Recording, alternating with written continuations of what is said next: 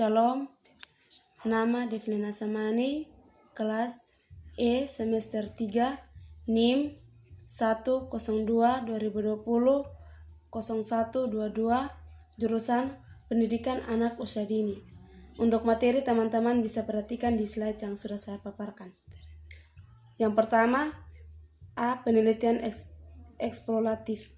Sebuah penelitian yang bertujuan untuk mengaji secara khusus, secara luas tentang sebab akibat atau hal-hal yang mempengaruhi terjadinya sesuatu.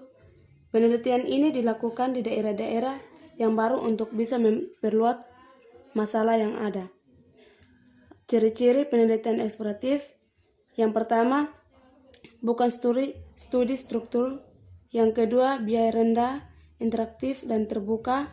Yang ketiga, menjawab pertanyaan seperti apa masalahnya, tujuannya, apa dan topik yang dipelajari. Yang keempat, penelitian yang memakan waktu dan perlu kesabaran yang memiliki risiko. Yang kelima, tidak ada aturan dari penelitian ini karena ini fleksibel, luas dan tersebar. Keenam, penelitian perlu memiliki nilai atau kepentingan. Yang ketujuh, peneliti harus memeriksa informasi yang sedang dilakukan. B. Penelitian eksploratori.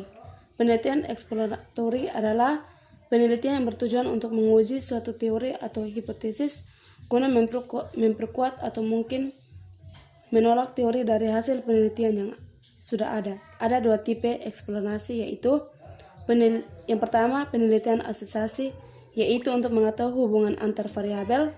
Yang kedua, penelitian kausal, untuk mengetahui sebab akibat. C. Penelitian deskriptif.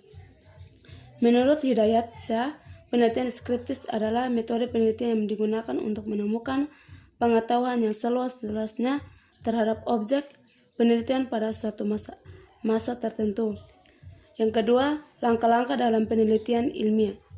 Pertama, mengidentifikasi dan merumuskan masalah. 2. Melakukan studi pendahuluan.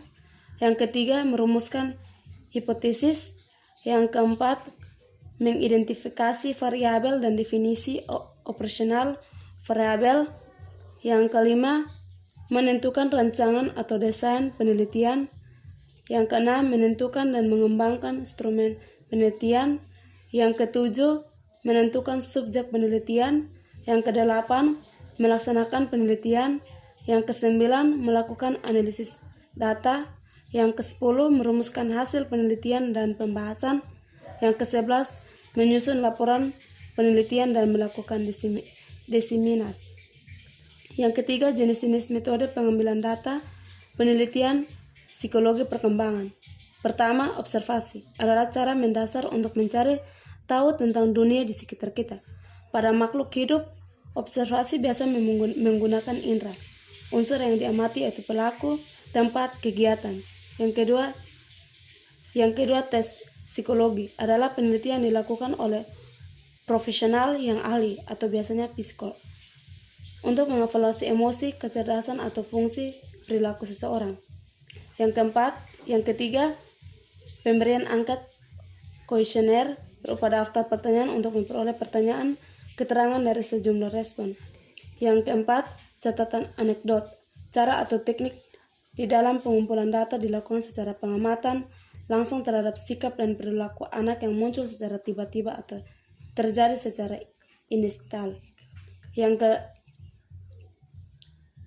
kelima, catatan dokumentasi. Dilansir dari Kamus Besar Bahasa Indonesia, dokumentasi adalah proses pengumpulan, pengolahan, pemulihan, dan juga penyimpanan informasi yang memberikan atau mengumpulkan bukti terkait keterangan seperti kutipan, gambaran, sobekan, koran, dan lainnya. Yang terakhir, wawancara. Menurut Kamus Besar Bahasa Indonesia adalah tanya jawab dengan seseorang yang diperlukan untuk dimintai keterangan atau pendapat mengenai suatu hal untuk dimuat dalam suatu surat kabar, siaran melalui radio, atau ditayangkan pada televisi. Yang keempat, jenis-jenis penelitian.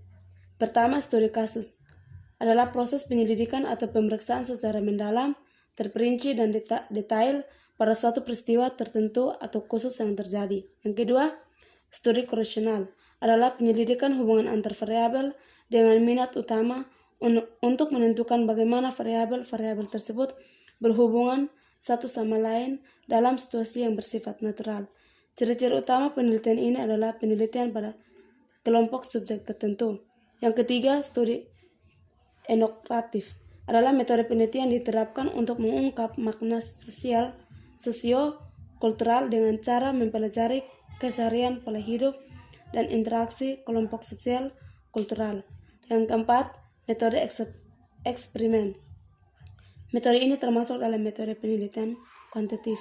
Yang kelima, penelitian cross-sectional study merupakan studi observasional atau non-eksperimen yang pengukuran variabelnya pada saat waktu tertentu.